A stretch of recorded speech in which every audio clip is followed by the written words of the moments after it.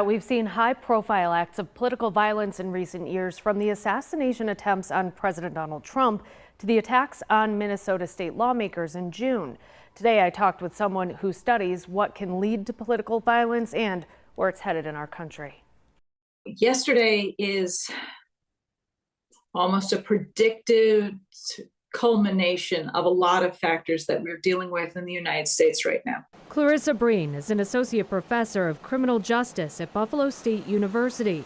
She says with a population increasingly divided along political lines, acts like this are unfortunately almost to be expected.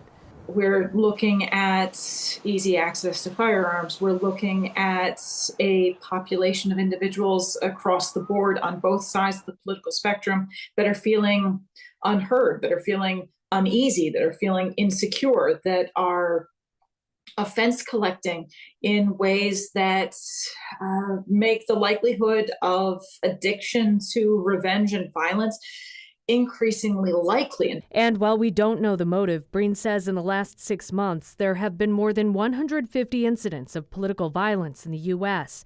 She thinks there's already a chilling effect on people willing to talk about their political views in public, with more moving those conversations online. Now, this doesn't actually make those interactions any safer, because those interactions can also result in acts of violence, but the anonymity of some of those conversations online and in social media is only as protective as one's personal security in their social media account. In the end, Breen told me she does remain hopeful for democracy. We have very strong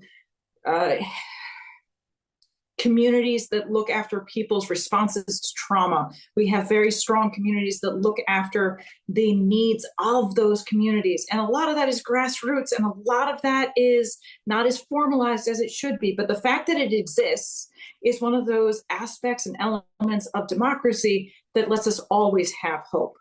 So while democracy can continuously be in danger, it's not extinct.